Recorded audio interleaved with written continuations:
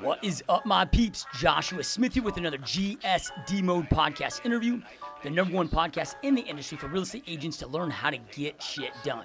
Make sure to check us out at www.gsdmode.com to check out other GSD Mode podcast interviews and other additional free content, free webinar trainings, and more epic content that I'm always putting out there to help real estate agents like you crush your real estate goals. Just a few quick plugs before we begin. If you are a driven real estate agent that has big goals, big dreams, and want to create greatness, then check out my personal mentorship coaching program at www.90daymastery.com, where you can see how it works, what you can expect, see a ton of testimonials about the massive success other realtors just like yourself have experienced with the program, and learn why thousands and thousands of real estate agents have decided to join my personal coaching program to help them change their business and life forever. All right, so as real estate agents, hands down, by far, the #1 most important tool in our real estate business is our CRM.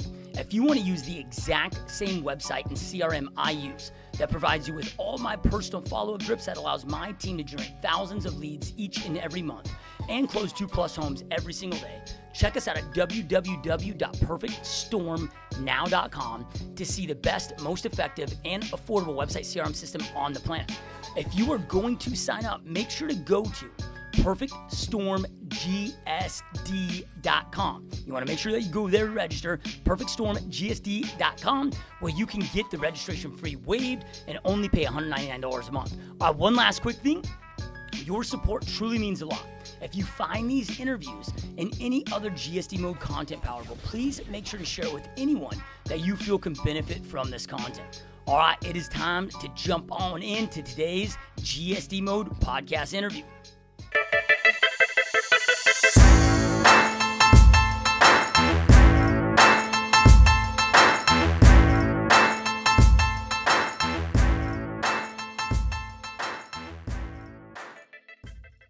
What is up, my peeps? Joshua Smith here with another GSD Mode podcast interview, where every single week we interview top real estate agents, top entrepreneurs, and strip top badasses out there dominating their space. So people choosing to not live a life of mediocrity, but instead to go out there and create big, amazing, epic lives for themselves and their families, as well as give back and have a big impact on others. And that's why they agree to take busy time out of their lives and their businesses to be here on the show. So today, you guys, we got a special guest on the show. Actually, a repeat guest. This is a dude that we had on several years ago on the show, and a good buddy of mine.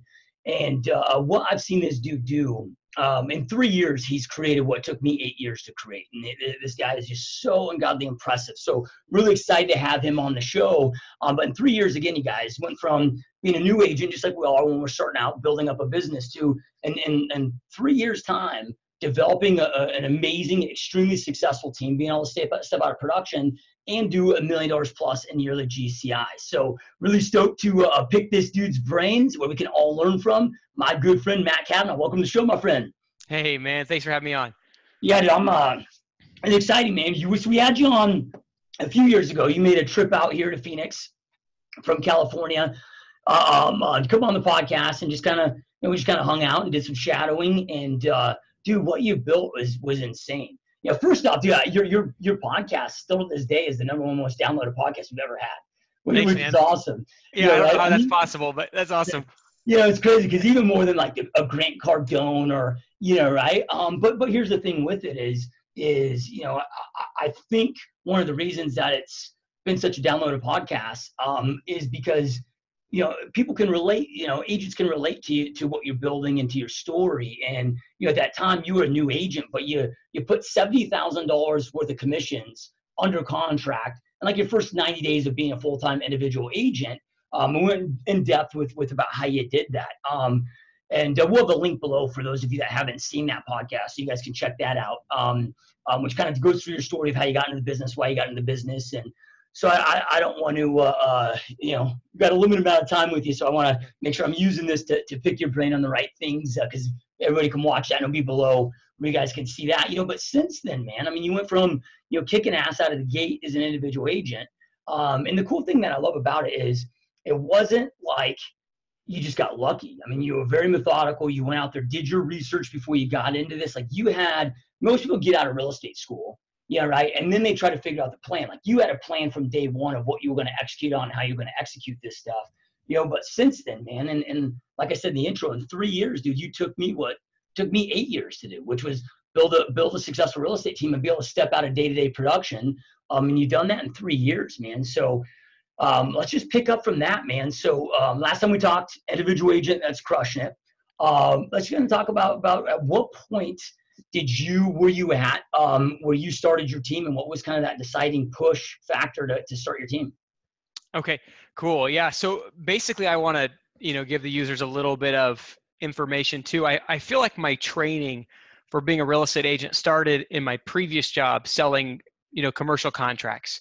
So there's no way in the world I would have been able to come into the real estate world and do what I did without that selling experience. So that job, I had a base salary, so I didn't have to worry about making money. And my full-time job was just to go get clients. So knocking on doors, making phone calls, selling to kind of, big wigs. It was all that practice. I mean, the presentations to them were just like a listing presentation would be to a client.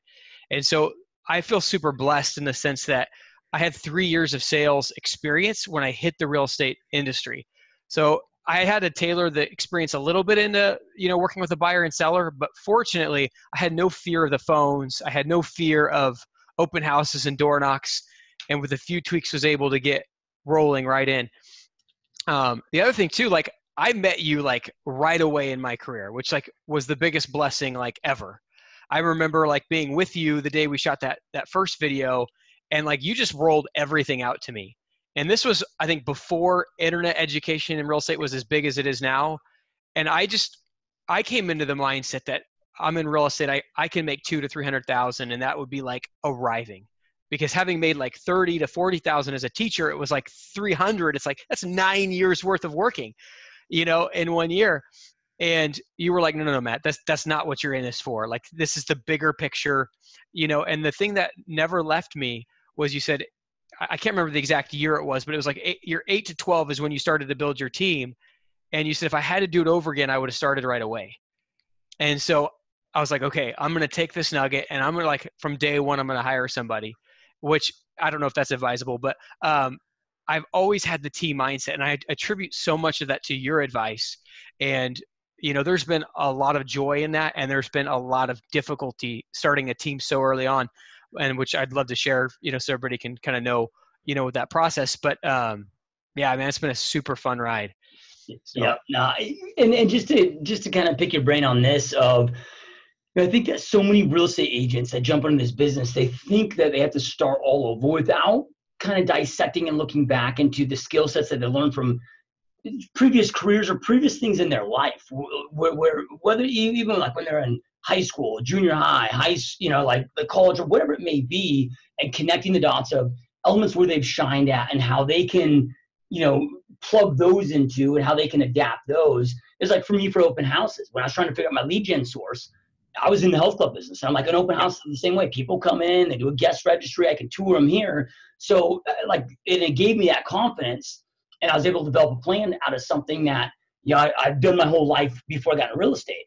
Yeah. Right. And I see so many people that, again, whatever their professions, whether it's teaching or being a police officer or, whatever that was, where, man, there's so many dots that they could connect. And you had a sales background, but whether it's a sales background or not, man, there's so much power in that. And now that you are having a lot of agents, because you have agents joining your team all the time, not kick ass out of the gate, that didn't have the sales background that you have, but how important do you think that is of agents, instead of trying to figure out a way to reinvent yourself? It's like identify what your strengths are from your previous wins in life before you got into real estate, and plug those, see how you can plug those into your real estate business. It's huge. It's everything. And I would say, I think obviously I was successful in sales because of my work ethic, but the biggest reason I think I was successful in sales in the commercial industry, selling uniform services and contracts, was because I was a teacher before that. And as a teacher, you really have to get to know your kids and motivate your kids, which comes from listening and asking good questions. And then, which takes you back to the fundamentals of sales, which is, how do you ask great questions? How do you get to know somebody so that you can influence them? And so most of us, if we look deep, like you're saying, we see some things in our life that taught us how to interact with people. that can translate then into other aspects which feed into sales. So I think developing a really relational approach to sales has been helpful. The other thing I think is just learning how to tell your story. Like when you start to identify what you're good at and why you're good at it, and it's unique, then you create a selling proposition that nobody else can talk about or they're beat.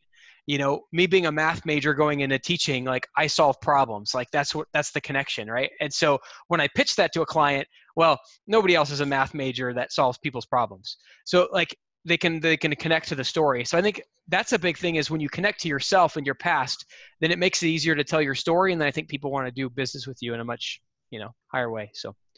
Yep, love it, dude. All right, man. So let's just jump into, it's the starting of your team, as you talked about. So after we met right out of the gate, you're hiring your first assistant, and well, I don't even know if it was, what was that first hire, and kind of walk us through, the goods, the bads, the ugly, dude.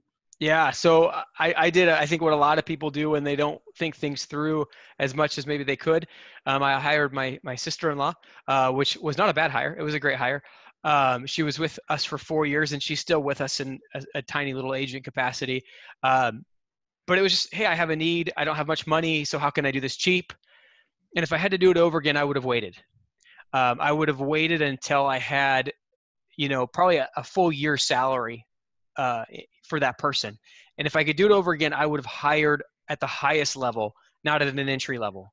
I think I hear this conversation swirling around the groups a lot of, okay, how can I get somebody and kind of grow them into everything? I would hire somebody could be dominant at everything almost out the gate. I would probably hire someone that I would pay 70 to 100,000 to, than versus somebody that I would pay, $3,000 a month to. Just because that very first hire, they're going to run that side of your business or they're not. And so maybe you can hire somebody early in the game that could develop to that person, but I think that's harder to do than people think. So I had tasks done for me, which was nice from an early stage, which allowed me to grow. But I think if I had to start over, I'd wait a little bit longer, find the rock star, pay him a good amount of money, and build it from there. Yeah, because and more so now, when I first started my team back in over 12 years ago, right? Because I was in the business for a year, and I just got to the point where I was at a max capacity. I had to get some help, and back then you didn't see a lot of the services that exist out there today. Now, there's ways to bridge it, right? I mean, you have services that you can go pay somebody $300 a file to do your TC stuff, or $100 for listing input. So that doesn't mean that you'd have to wait to help with some of those tasks. You could have outsourced without taking the risk on to have a full-time, employee, right? And then waited for that big person. So if you could do it all over again, is that what you would have leveraged, some of these outsourced activities? Because if you're not leveraging those, it gets really hard to get yourself to the $400,000 a year where you're at a position where you can pay that $75,000, $80,000, $100,000 salary to, right? Yeah, I would do outsourced TC listing inputs from day one. 100. Well, maybe you do one if you want the experience, but one would be the most. And if you're going to do the first one, you don't even know what you're doing, so you might as well outsource that one. So I think from the very beginning, outsource that stuff, and just have the person shoot a screenshot video while they're doing it, so you can see how it's done and put it in your training file, and then move on. But yeah, I would outsource.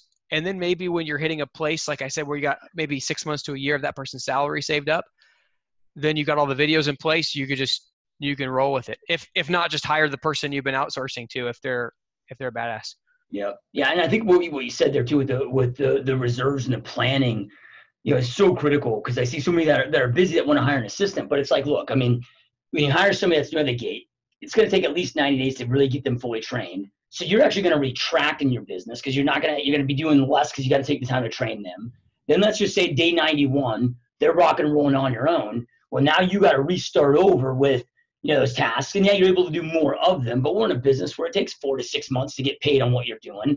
Right? So yeah, it is. I mean, if you break it down realistically, it is like, hey, before you get this ROI on this person, it can take a solid 9 months. And so we're starting to bring on agents onto our team.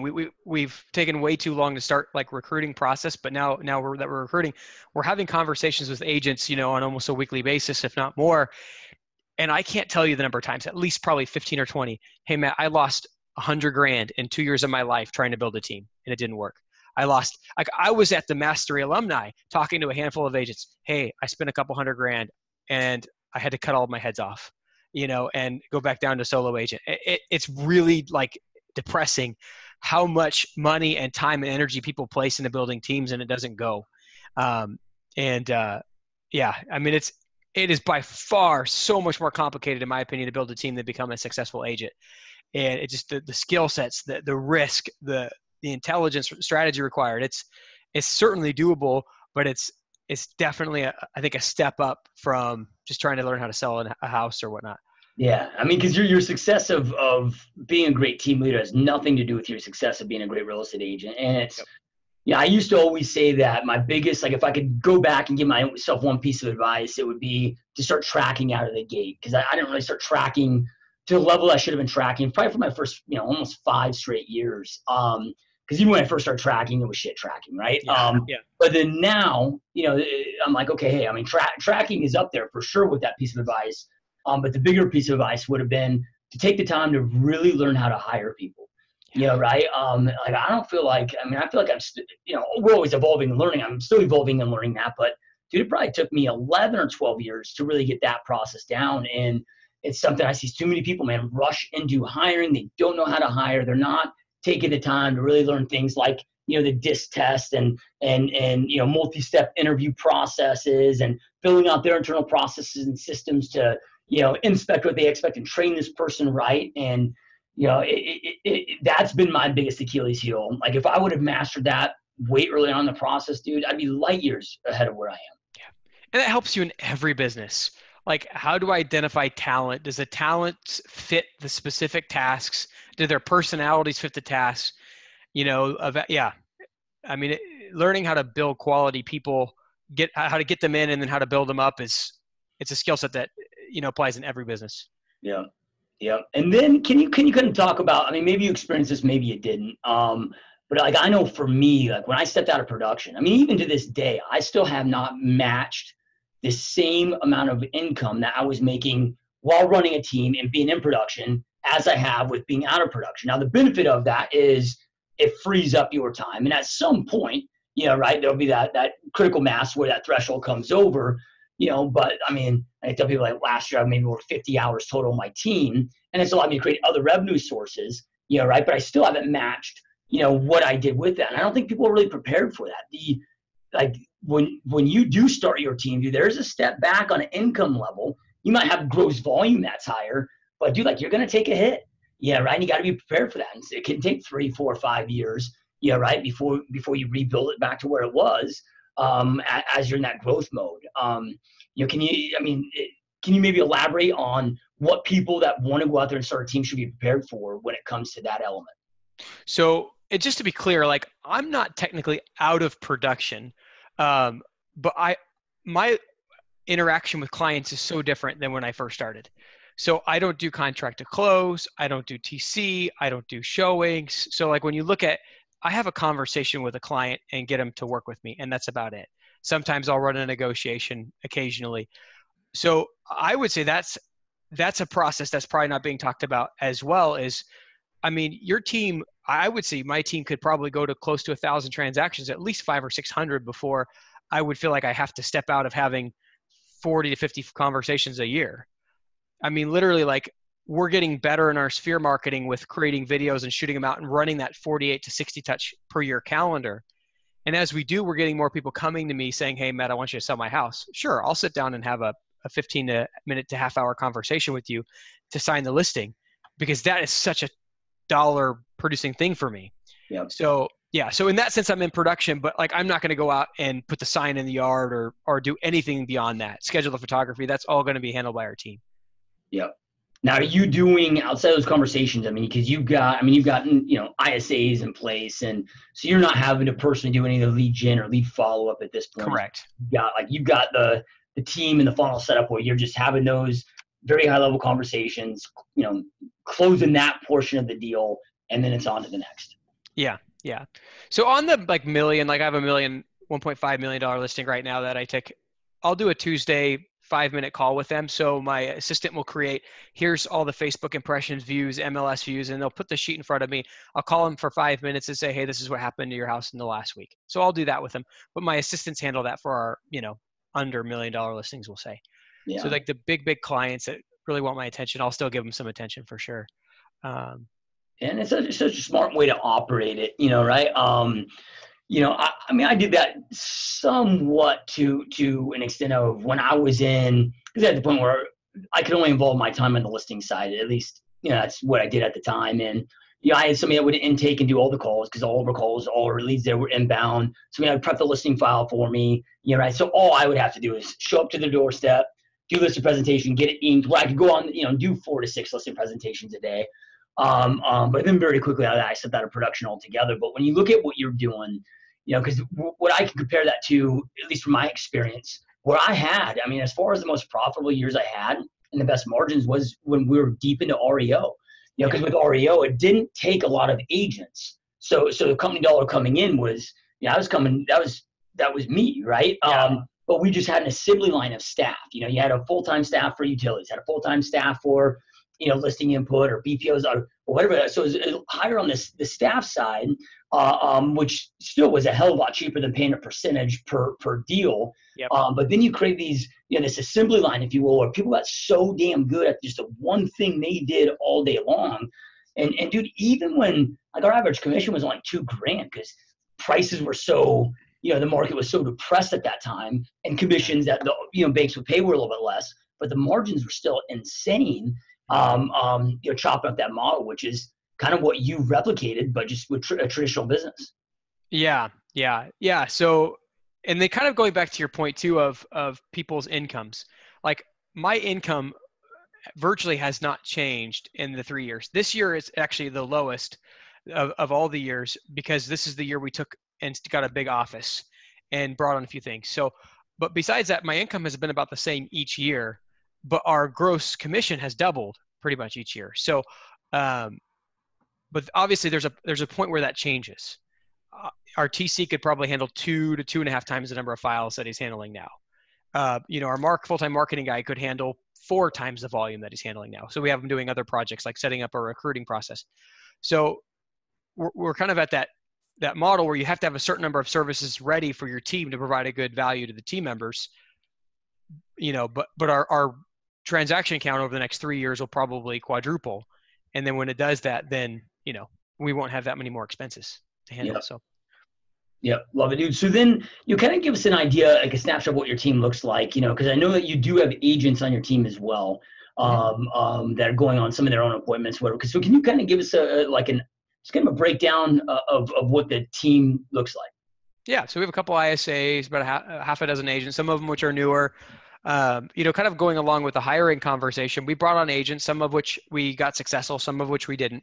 And in that, even some of the ones we got successful wanted to leave, shortly after, or it wasn't a fit, so we've kind of gone through that whole thing of really identifying our key person that we know we can get successful, really successful, but yet that's going to really love what we have going on and really feel its value because, we are running a higher margin operation. Like one of our agents is going to make pretty close to $200,000 this year. And the splits to them are incredibly small compared to where they would get somewhere else, but we're feeding them a lot of deals that they could just go out and close. So we're running right now the higher margin, more specialized versions. And, so we've had to be really precise in who we pick up. But like moving forward, I think we're going to greatly expand our agent count. And then we're really considering like a split model where you've got the team, but then you've got, maybe like a brokerage component or another component where you can have the people that don't need all of that the team provides, and they could be on one split. And then you got the people that need and want what the team provides, and they're on another set of splits so that you can really pick up the whole field. And that's where we would want to grow from, 6 agents, 10 staff we have now to, 100 agents. So. Yep. Yeah, no, I love it. And it was something that we evolved to after years, because it gets to a point, man, where, on the conversation is that you talked about agents that join that are leaving you, and you got some that are going to be lifers for sure. But, we got to the point where it just seemed like every 24 months, man, it was just people do this 24 months and they're like, hey, look, man, I'm just not willing to pay a 50-50 split or whatever it is, right? Where, that progressive split plan, is just kind of an evolution of it. And it can become, it's a win-win, right? So, where like we went to, cause I couldn't figure out what my agents wanted. So I was like, all right, let's just all get in a room and you guys just tell me what the hell you want. And I'll see if I can pull it off, right? And get the point of like, hey, look, we don't need the leads. Like we built up our referral basis. We whatever, like teach us how to lead generate and we'll go out there and fish for ourselves, generate on leads, but then provide everything else to the team, which allowed for that progressive split plan, which then, you can scale and have multiple models. And I think it's definitely a huge value for everybody, huge win for everybody down the road. Right. That's great. So then, all right, dude. So, one of these things where we talked about this at the in-person alumni, that was, like a few weeks ago. Right. I swear, I'm like, man, I just got to have Matt come on stage and do 50% of this alumni. I would love to, man. It'd be awesome. Because he got so much great insight of different things that you do and a different perspective than I think, a lot of us just from, your love for numbers and where a lot of agents are, these hard driving, like, they love sales, they love beating, right? But the numbers thing is their weakness and it's so forced, right?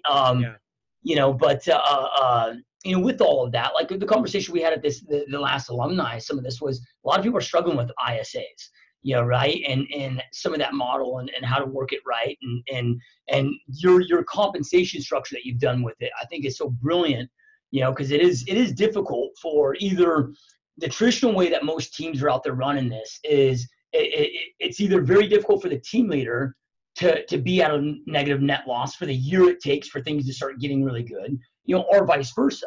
It's very difficult for the ISA to stay in the game as long as they need for it to come through. And you kind of got some good workarounds with that. And with the ISA, model becoming more and more popular, can you maybe just share some things that you guys have done that have allowed it to be so successful, as well as maybe some tips that you would have to avoid, right? For other agents that are building that out? I think the biggest thing, again, it comes back to hiring. I think a bad hire will never overcome any sort of model, doesn't matter how good. And a good hire almost can overcome any model. Not necessarily, but so I think the focus should always be in who you're hiring than the model. But obviously the model can be important too. So the biggest thing that I look for when I'm looking for an ISA is the S quality in their disc profile. If they don't have the S, they're not going to be stable. They're not going to be routine enough to come in and make calls day in, day out, the 6 to 8 hours a day that you need them to. The other aspects is you need the drive to be at a certain level to produce. So I have a very kind of specific, maybe 2 or 3 possible profiles that I look for when I'm looking for an ISA, and they're very tight in what I'll do. So if they're outside of that, then it's just not a consideration. So I think that's really important. Obviously, besides the disc, looking at their character, their past experience, all those things. There's plenty of people out there that have past phone experience that fit within a certain model that you can bring on. Oftentimes you always hear bring on the DI or the ID to go into sales, and there's better results right away typically, but it's just, you just don't get the longevity. So we brought in some S's, like my brother's an example, and we brought in another S too, that they're doing well. And like my brother, like he's been at it for almost 2.5 years. He's had every opportunity to go be an agent, to leave, all those things, get better splits. He's been offered by probably 20 companies to go make more money calling for them. And there's no thought of it because he loves the routine and the stability. He's at S, like 99S. So for him, the idea of doing anything other than what he's doing is foreign. Yeah. But I think that's the big thing. The other aspect, if we're talking about like structure, a lot of people are like the $200 to $2,500 a month plus either 5% of closings or $50 or whatever the case is. I just like paying per appointments met. Hey, come in, set a meetable appointment every single day, make, whatever you can offer them, 200 to 400, maybe even 500 per met. Hey, you're going to make $4 to $8 a month just setting mets every single day. And then, there's some qualifications around the Mets, like, if it's a buyer, hey, they've got to have at least a 620 FICO score. They've got to have basic parameters met. But other than that, just set some meets. We have plenty of agents that can handle the closing them out. Yeah. Yep. Yeah. So there are some specifications to make sure that they're qualified conductions. It's not just, like your agents aren't showing up to do it, and then all of a sudden find out that, oh, they thought we were just getting a free CMA. Like it's somebody that actually is looking at listing their home, or like you said, the buy side that's more qualified. So I love that. And then, and then if you're doing your job, as a team leader, and you've got, the right level of buyer consultation training, listing consultation training, because once the conduction is set, right, then with your conduction follow-up process to make sure that they're conducted, all through the funnel, like those numbers are pretty much going to be set numbers. Yep. So it makes it difficult if you're tracking and you have those processes in place where it's like from there on, the math kind of shakes out to be the math, right? Yep. Yeah, no doubt. What I grossly underestimated too is how much training you need to provide to the ISAs to get them to be to be at that right level. I mean, I provided insane amounts of training to my brother, and then in this new wave of hires we've made, I've trained half an hour a day, every single day, month in, month out, and then 1 to 1.5 hour trainings on Thursday and Friday. And it's insane how much better they are now than 2 months ago. I mean, insane. Like it's just awesome. So I don't think we'll ever give that up. We might even increase the quantity of training, but we go deep into like how do you handle this objection if you're talking to a D versus an I versus an S versus a C versus this versus that, context of the call. So when you do it every single day, you can get so deep, so fast. And on the cool thing that we have going on too, most days we have at least 4 people on these calls. And most days, those 4 people represent the DISC scale. So they get to see like, okay, how would what you have said be taken by this person versus that person? One person loves it, one person hates it. How do you quickly identify that inside of the call? So there's just the depth of what we get to and how that impacts. So like Nate is an example. He's one of our guys, and he's lower on the I, but Chris is really high on I. So for example, like he'll just steal Chris's lines and start using them, and we'll catch that in the role play. And Chris will be like, "You just stole my line, brother." But it's perfect, because he's starting to recognize. And so the other aspect is when you role play with some similar people every day is you see what their weaknesses are. And then you just start staying in their weakness. And it could be agitating for them, but it's like, we're going to fixate on this until you're over it. Yeah. And so it's been phenomenal. Yeah, no, I love that, dude. And one thing that you said at the alumni event as well is that daily training isn't just for your ISAs, right? Because I mean, most realtors, I shouldn't say most, but a huge chunk of realtors that are active right now never experienced even a normal market, right? Like what we just got through over the last 6-8 years is not normal.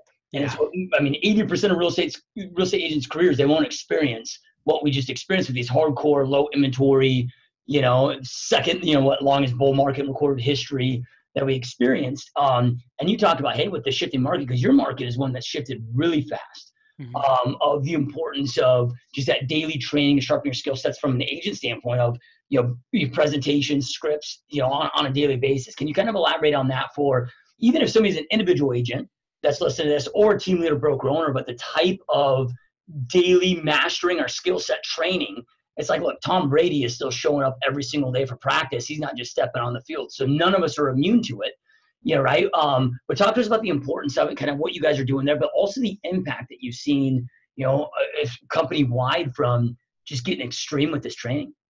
Okay, so one of the things, I was listening to a YouTube video, Grant Cardone's, and he invited one of his salespeople up to the stage, and they were asking him how often they role play, and the guy said at least daily, because for sure by the next day I'm rusty, but if sometimes I'm rusty the same day as I role played. And like that totally blew my mind from like, oh my gosh, like I role play with these guys maybe once a week, maybe once a month. Like, what am I doing? Like, what kind of team leader am I if I'm only giving to them that often and they're really going to get rusty even later that day? So that's when I was like, okay, we're going to change this. We're going to role play every day. And so I think there's knowledge that has to be instilled. Like an agent has to get to a certain like nuclear mass of like, how does the presentation go? What are the objections? How do I overcome them? That's step one, which could take anywhere from a month to maybe 3 to 6 months, depending on where the agent's background is. Then there's the practice. Like you just don't recognize the finer nuances of body language and how to adjust to those when you're not in practice. And so I think that becomes the big thing, is the importance of it is just to see the things that are minute. And I think that's why Brady's so successful, is when you're on the football field, you have to read coverages. I mean, there's like five, I don't know how many things, but I'm assuming at least 500 things he's got to keep tabs on to make the play that he's going to make. Where's the receiver? Where do I need to throw the ball? How fast are they running? What guys are collapsing? How many do I need to be up in the pocket, back in the pocket? All this are happening at the same exact time. Same thing in a listing presentation. You're there, you're thinking about, what am I going to say? What have I said? What are they thinking, right? What are their objections they're going to have? They cross their arms, they take a step back. Like, what does that mean? Like, if that's not intuitive, you're going to miss. Either you're going to get nervous and start stumbling, or you're going to miss the fact that, okay, they've started to separate themselves from the conversation. How do I re-engage them immediately? Like, so all those things, it's just, there's so much to be really tremendous, at the game. So. Yeah, no, I love it, dude. So yeah, and then that's the cool thing about it is we're in an industry. I mean, if an agent chooses to, you don't have to wait a decade to become amazing. Yep. Yeah, right. I mean, with the amount of role playing that you are doing and your agents are doing, probably within 6 months, they have more at bats than somebody probably gets in a 20-year career. Yep. Yeah, right. Just imagine the power on that. Yeah. So then you talked about the disc, quite a bit. Can you talk about the importance of whether it's a disc or if they want to use another assessment, but the power of really truly getting to know that, and not just from you got it from the hiring standpoint, right? As well as a communication and leadership standpoint inside your organization. But as you just talked about, getting to be able to read, people, potential clients, because I mean, it's just something that I don't think I've ever really been to a good disc training course in the real estate industry. I always talk about lead gen, lead fault, and all this other stuff, but it's just something that is not pushed on us to really go out there and master. Yeah, I certainly don't think it's pushed enough at all. And so we have WiseHire and Breezy, which are two hiring platforms. And so we're getting about 100 applications a month. So I'm reviewing personally 100 disc profiles a month, give or take. And what I know now compared to what I knew a year ago is tremendously different. To the point where when someone's getting ready to walk through the door for a shadow, even if I've never talked to them, I can tell the admin, this is what they're going to be like. And so I think that just becomes, and it's it doesn't just come down to even making the right hire. It's it's becoming good with people. What is this person going to be? The other assessment that I love is the Enneagram, ENNEAGRAM. It breaks your personality profile into 9 profiles, and there are motivations. So DISC is more general temperament, driven versus detail oriented. Enneagram is what is your underlying life motivation? And it's the complement of those two has been insane. I was sitting with a client we closed. It was a little over $1 million home, sitting with him, and the way he was talking about how his kids weren't helping him in the move. I'm you're a 2 on this Enneagram. And he's like, well, I don't know what the Enneagram is. So I'm like, well, let me spill out who you are.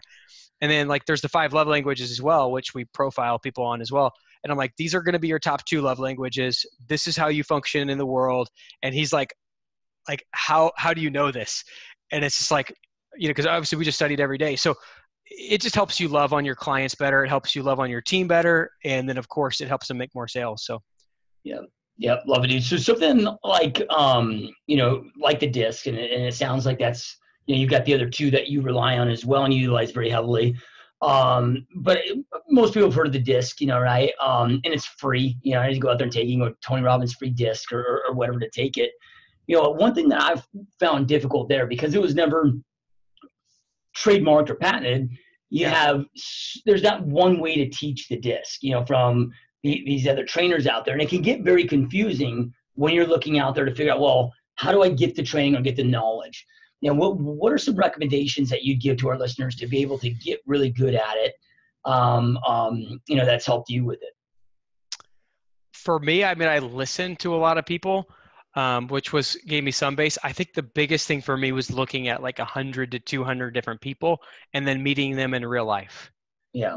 And I don't know how people would do that, maybe other than maybe they should go on their Facebook, and say, hey, friends, I just want to know more about you. Will you take this test?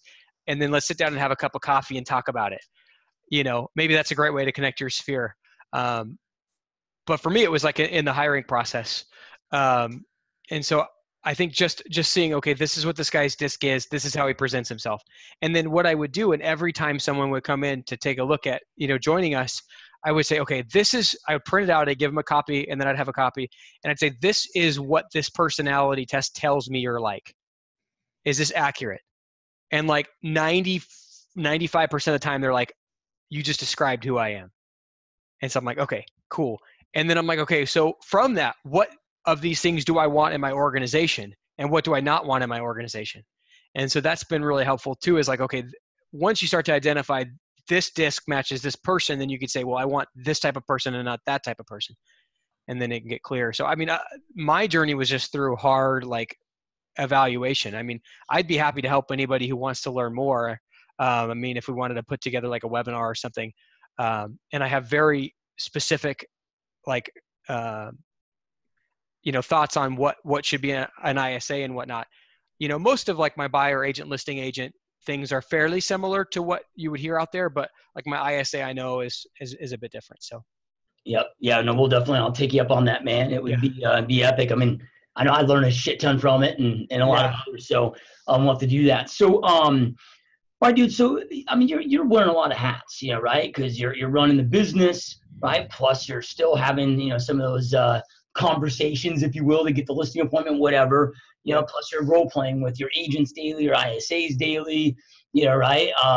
Having to inspect what you expect, hire new people. I mean, you're wearing a lot of hats.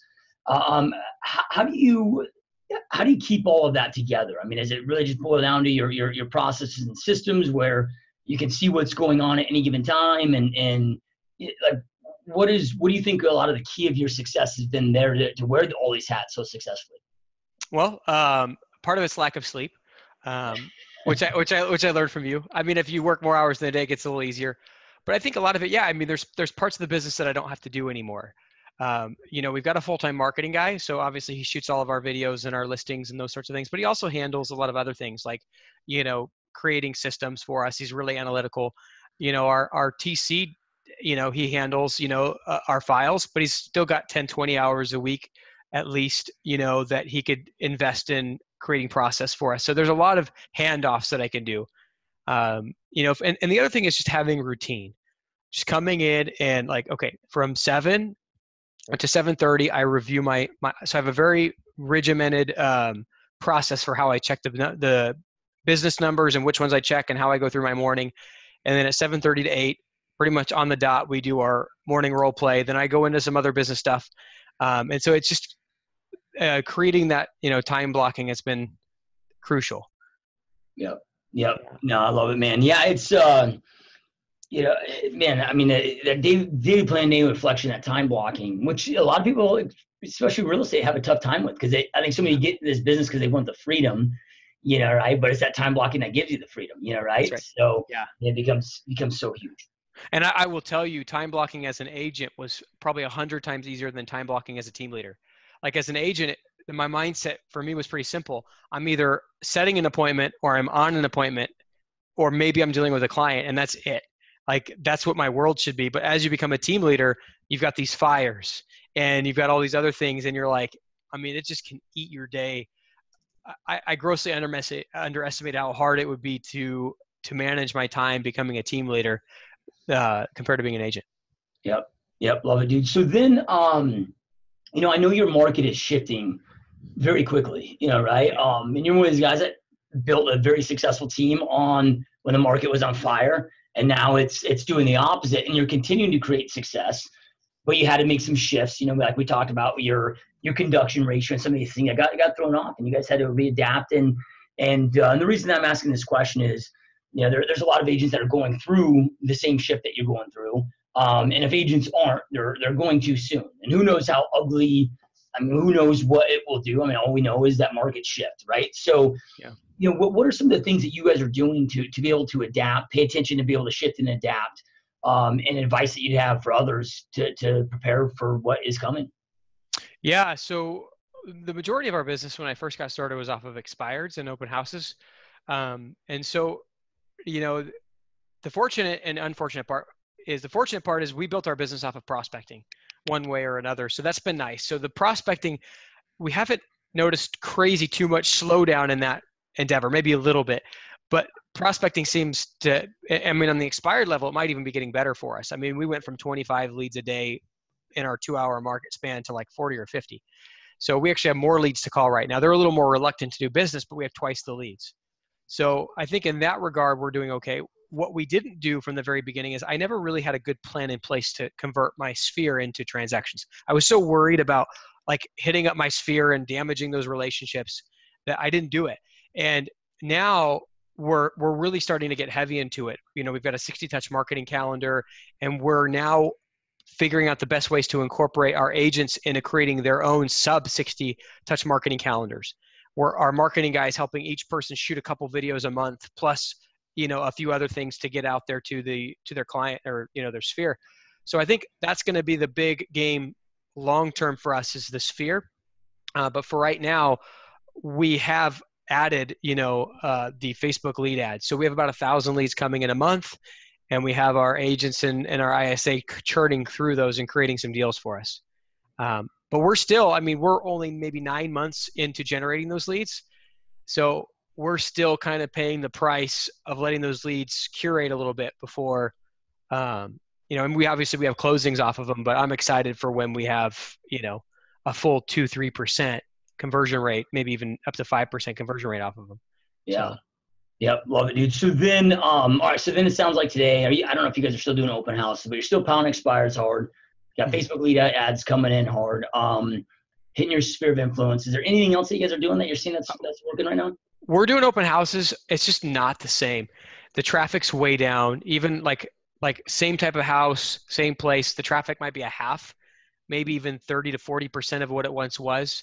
So we're still doing them because it still generates deals, but it's just not the same. So I don't know that I'll ever stop doing them. I mean, maybe if it got a little bit, you know, quite a bit worse, maybe, but I mean, there's still business there. So, yeah. So we're really, over the next 6 to 9 months, we're really going to focus on becoming absolute masters over, you know, the Facebook lead generation and those pillars, and over sphere marketing. And then after that, we'll probably start taking a look at, you know, some other thing like radio or, you know, something along those lines, something, or maybe direct mail. I mean, I've tried direct mail in sprints. Expired direct mail is kind of the only thing I've had success with in terms of direct mail. So. Yeah.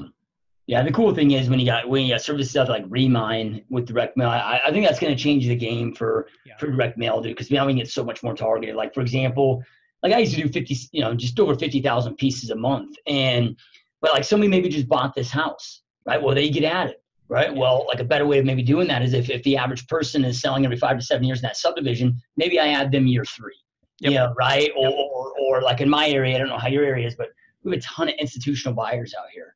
You know, your Blackstones and whatever. So I can eliminate institutional buyers, for example, that might eliminate 20% of that wasted direct mail piece, you know, right? So the tools that we have there allow us to get so much more targeted. So, you know, I've been thinking very heavily too about bringing back direct mail, because now we can get so much more laser focused. Yeah, exactly. So then, you know, you said something just a moment ago that I want to elaborate on, because I think it's critical, because I see so many agents that are like, they stay in this little small pocket, this small radius, you know, right? They think, oh, well, just my city, that might only be 10,000 rooftops. And they don't think of going to the city next to them 45 minutes away, but, you know, might add another, you know, 200,000 people to their pipe. And you said you got a 2-hour kind of radius of a commute time of a area that you guys cover. You know, what would you give advice for on the importance of, you know, people willing to cover a bigger area? And even that means, man, you might have to drive an hour for an appointment. Yeah, right. But it just opens up so many more opportunities. We've loved it. I mean, and ours just came organically from the fact that I felt like expireds was one of the best lead sources to pursue. You know, the leads, there was an easy system, you know, Vulcan, that we could pay for, that had the cell phone numbers on my computer ready to go in the morning. And so for me, it's like, I've got my leads there. I don't have to think about it. I just call them every single day. I drive an hour to the appointment. I'm listening to my self-development. I go list the property. I come back, you know. So for me, driving was way better than showing buyers. So my open houses were in my town so that my buyers were local, but, you know, so, and then as, you know, as we expanded, I just brought on an agent that was an hour and 15 minutes north of us. And so, now getting out to Sacramento, which is an hour and a half north of us, is no problem. We could sell in Sacramento easily. Um, so we're bringing on an agent that's going to be in Fresno, which will expand us so that literally we'll have a 3 to 4 hour radius. So we like to get more deep on the pillar of the lead source, and I don't care as much about geography, whereas some people care more about geography than less about lead source. So I just like getting really good conversationally and marketing wise on a particular stream. Yep, love it, dude. And then the cool thing with technology now is, a lot of people I think have resistance to that as far as, well, I need to get the agents in the office. Yeah, right. But with the virtual component, like you can have Zoom conference rooms. You can role play virtually. It doesn't have to break any element of training or the culture because of all the virtual tools we have, right? Yeah, exactly. Yeah, the office becomes, and similarly for the clients you're taking on. I mean, the number of houses that I've sold where, I've never met the people. I mean, it's growing. I mean, it was high then and it's growing now. And I think a lot of times people prefer not to meet you. I mean, quite frankly, if what we've been training, some of our agents to do and our ISAs to do is, hey, offer them a quick Zoom meeting. Because there's expireds where they're going to meet with somebody 2 hours from now, and chances are they're going to list with that person if that person's good. So if our appointment's an hour or two later, we're not getting it. So if there's no way that we could physically get to the appointment before another agent, we'll just say, hey, do you have 15 minutes right now? I could send you a link and let's just do the appointment right now. Yep. And so there's been times where sorry, Mr. Other Agent, we listed that sucker right then and there, right on the call. And, hey, yeah, we'll call him for you. Tell him it's listed. He doesn't even know to come out. Yeah. No, I love that. Well, and those that are watching this, at least if you're watching this, not listening on iTunes, that's the software that we're using for this is Zoom. So it's split screen, which is the next best thing to being face-to-face. But I just got to click a button right down here, pull up a share screen, could do my listing presentation. And where I'm at, we've had to do a lot of these just because we're such a big melting pot. There's, we have a lot of snowbirds that only live out here for a certain amount of the year. Or we have even on the buyer consult side, we'll have somebody that's, hey man, I live in Michigan or live in Indiana. We're relocating out there, but before I block off 3 days on my calendar to go show them, we got to lock them down as a client first. And yeah, these Zoom meetings become huge, dude. Yeah. So. Yep. Love it, man. Love it, dude. So, as you expand, right, with the knowledge base that you've had, you kind of talked about some of the things you expand to with recruiting more agents and with knowing what you know now, where do you see all this going here? Where do you see the team, the next 3 years is for your vision for the expansion of it? I see our team growing immensely. I see there kind of being a core team that also, forms the leadership body of where we're heading. And then I see a much broader group of people that love what we're doing and want to kind of tap into it a little bit, but they don't need all the services, handled for them. So, I see us growing, 2019, I say maybe we add 20 agents or so.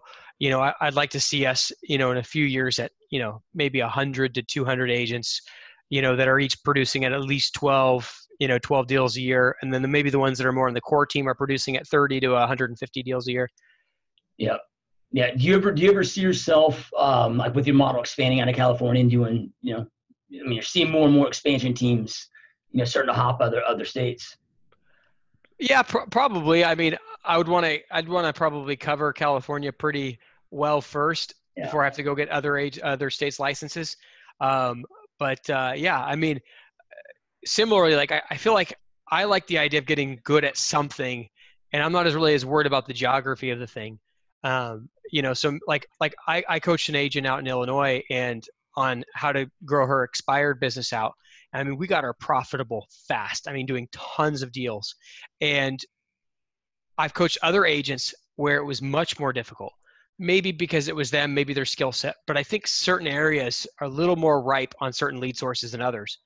And so I think, if we were to expand, I would probably be very diligent thinking, what do we do insanely well? And what markets are really receptive to that thing and expanding there. Yep. No, I love that, dude. So then, I know one thing that you do really well, right, is and something I always harp on, but you do a much better job than even I do at it. but is developing those back end systems and processes and really knowing your numbers, dude, right? Like, and I don't want to say it's because of your back math profession, but that may not hurt where you do like making data driven decisions. But talk about the importance of that. Because again, it was one of these mistakes that I didn't really like. It took me getting so burnt out where I was ready to quit the business before I really started paying attention. And if I would have paid attention to tracking the numbers and knowing the numbers and making true, smart, strategic decisions, like my business would look so much different than it does today, right? So can you kind of hit on the importance of that and what that has meant for your overall success? Yeah, I mean, I think the big thing is like if you don't know your numbers, it's like playing in the NFL blindfolded. Sure, I mean, maybe you can get lucky and run the right route or catch the right pass, but I mean, playing with your numbers, it's a lot clearer. It doesn't make the decisions any easier. Like, I mean, there's been times where, I know that I should, make cuts, and sometimes that might involve people. And I hate that, and I'm not even good at it. Like there's times where I'm like, fine, I'll take a little bit more of a loss or I'll sacrifice on profit because I don't want to have to make this decision. But at least I know. So I think that's the big thing is like sometimes I coach businesses that are outside of our industry. And there was a guy that lost like $150,000 because he kept an employee on. He didn't even know he was losing the money.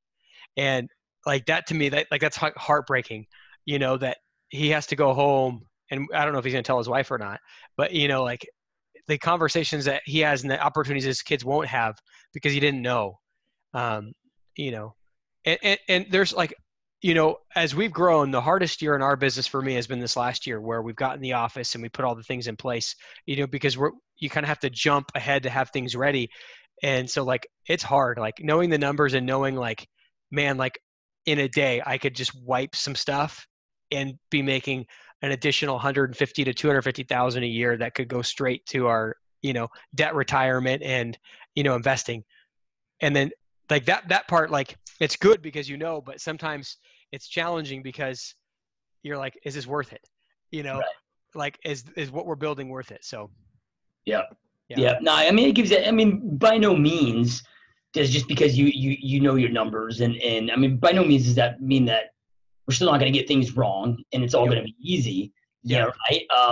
But it is massively going to minimize mistakes and allow you to make those decisions. So I love it, dude. So, I don't know if this is something you're able to talk about, but if not, I can edit and remove this comment. But but about your dialer, dude, right? I mean, you've been creating this software, which is something, man, I'm excited about. I don't know, what the plans look like for potential release to us all in the real estate business, but the software that you're building, that you're using in your team and killing it with, I mean, it's epic. Is that something you can elaborate on? Possibly. I'll let you make the decision. It started off as a dialer that complemented the fact that we were on Infusionsoft, because Infusionsoft didn't have a dialer and didn't have really a sales reporting aspect. And I know there's some people that have really tried to build out that aspect, but for us, it didn't work, or it just was too hard. So we've actually built out the full aspect. So we use it as everything for our team. We use it as our CRM. We use it as websites. We use it as like our follow-up process and our statistical tracking, and we use it for the full 9. So yeah, it's been great. Like it's the biggest thing for us has been the interconnectivity of the pieces. So for example, like the queries that you can have in the CRM and what you can know about the prospects that are happening, and then they're automatically in the dialing system. It's not like a triple line or a 5 line, like, some of these other ones. It's a single line, but the fluidness of like, I can have a conversation with somebody right now and literally press one button and all of the automation happens from around that, like the campaigns, the text messages, the communication to, the staffing. I mean, all of that's just automatic through the system. So it's been great. Like we're pretty confident. Like, I mean, we've been using it now for like 10 months. So it's just I think for me, having the guts to say other people hop on it. And of course there's bugs, like watching YouTube go down was great for me. Yeah. It was like, okay, like I think you mentioned that on stage too. It's like, I'm just terrified that people are going to be like, this sucks. Like I know our team loves it, but I think that's the big thing too. Plus, like there's so many other business things that go into it. Like we have to run tech support and like, I mean, like, who's going to do that? Is one of our team members going to do that? Are we going to hire somebody? Like, and then that becomes a whole other conversation of like, who do we hire and what is the job description? And so that's why I have so much admiration for you in terms of running these different businesses is, you know, what it takes to really get a business off the ground right. So yeah, I mean, maybe we'll have to edit it. I don't know. But I know we're probably going to try and get like 20 to 30 people on to beta it for a couple months and see how that goes and get feedback. And if that goes well, then, you know, probably try and make a scale launch. One idea I have is just to take, if my broker will allow it, we have about 350 agents in the brokerage, say, hey, can I put the 350 agents in the brokerage on this thing and let them rip it to shreds? And then if they don't, then say, okay, it's time. Yep. No, I love it, dude. No, it sounds epic, man. And it's, that's one of the hard things out there is finding that one system that, especially the tracking component, man. It becomes so difficult. And even if your systems can integrate with like a Mojo, you know, there's always multiple steps that create bottlenecks and all the like really good dialers that have been built weren't built for real estate specific businesses. Yeah, right? Where that's what this is built for. So, I love it. I'm excited for it, dude. So, you know, a question I always ask on the podcast is, knowing everything that you know now, if you were to go back, like if Matt today was able to go back, you know, 3 years or so ago when you were starting this journey and knowing everything that you know now, if you could give yourself, you know, one or maybe two pieces of advice that you feel would have just fast forward your trajectory to success, knowing what you know now, what would those two pieces of advice look like? I would have probably kept my head down a little bit longer before making my first hire.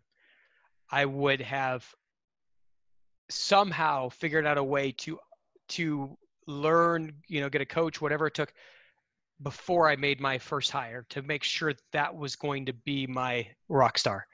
I would have done that for sure.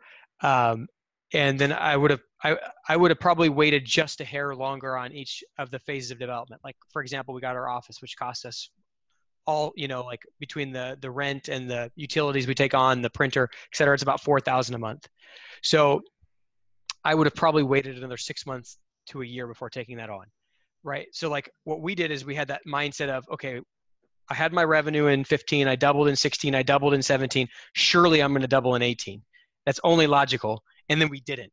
Like, we're basically going to limp into what we did last year, right? It's our first year where we were, you know, because we had to cut some people and we had to rework some stuff. And so when you double your expenses and your revenue doesn't double, like, you're like, man, I didn't make that much money, you know? And so I would say to have a little bit less of a stressful process, I would have probably built just a hair slower, waited a little longer on some of the expenses. And I think it would have been a little bit more of an enjoyable ride. Do you think that some of it comes from, because one hard lesson for I think all of us that are driven to learn is the power of patience. Yeah, right. You think it was from not being, you know, being patient enough, or do you think it was literally, I mean, from a lack of planning, like you felt like it was truly that time to pull the trigger, and you just got surprised that it wasn't? I think what you just said. And so like I consult with my dad a ton because he's a really intelligent mind and he's far more conservative than I am. And so I was talking to him through the office decision. He's like, Matt, I think you're 6 months to maybe a year and a half early. And I'm like, okay. So I took it in, I was, you know, and then, but like, I was thinking constantly about the problems that we had with our existing office. It wasn't big enough. We had to share it with the home smart agents. You know, there was a culture mismatch, there was this and that. So I was continually justifying to myself why this was a necessary thing. Looking back, it's like, could we have survived there for 6 months to a year? Yes, we could have. Yeah. And just tested, hey, before we jump and double our expenses again, like, are we going to grow again to where we're grossly over revenue compared to our expenses?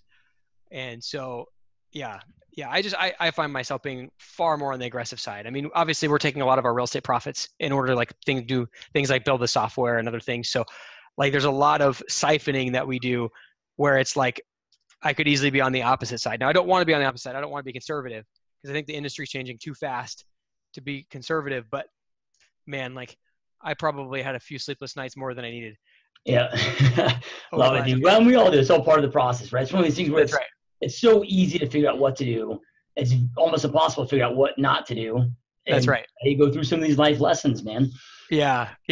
So, and hopefully a few of the listeners can relate, you know, to, you know, just different phases of the business create just such different levels of enjoy and frustration.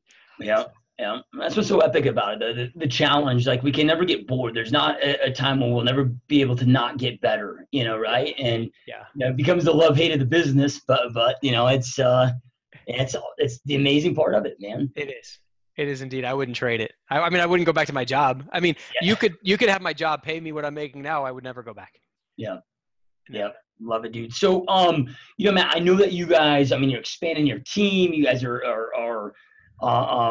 you've got a lot going on there with that. So if any of our listeners are maybe in your area or just have some interest there, or it also sounds like you're doing some coaching. So if anybody's like, hey man, I'd love to talk with Matt about maybe just learning more, where's the best place to reach you at, Matt, so they can do that? Yeah. I mean, we could toss my contact information, email and phone number. Reach me on Facebook is actually really good as well. I check my Facebook pretty regularly. So I think the biggest ways, we got a really nice office. If people want to just come and spend a half a day or a day with us, we could talk about that. Or, if people want to hop on these role plays with us, I know our team gets a lot from some of the people that aren't in our team hopping on. And if people want one-on-one coaching, we could talk about that as well. But obviously we're super open to anything that can help people out.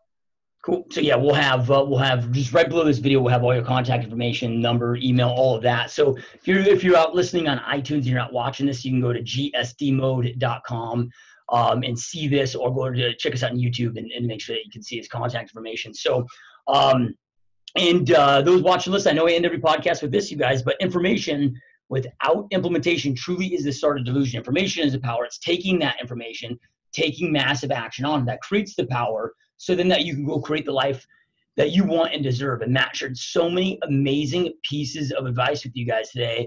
Don't just listen to it. Take action on something that take something that you learned, go take action on it. So again, you can create the life that you want and deserve. And Matt, man, I truly appreciate you taking time out of your busy day to be here, man. It's always an honor rolling with you, man. So I truly, truly appreciate it. Yeah. Thanks, man. 100%. All right, you guys, we will see you next time. Peace.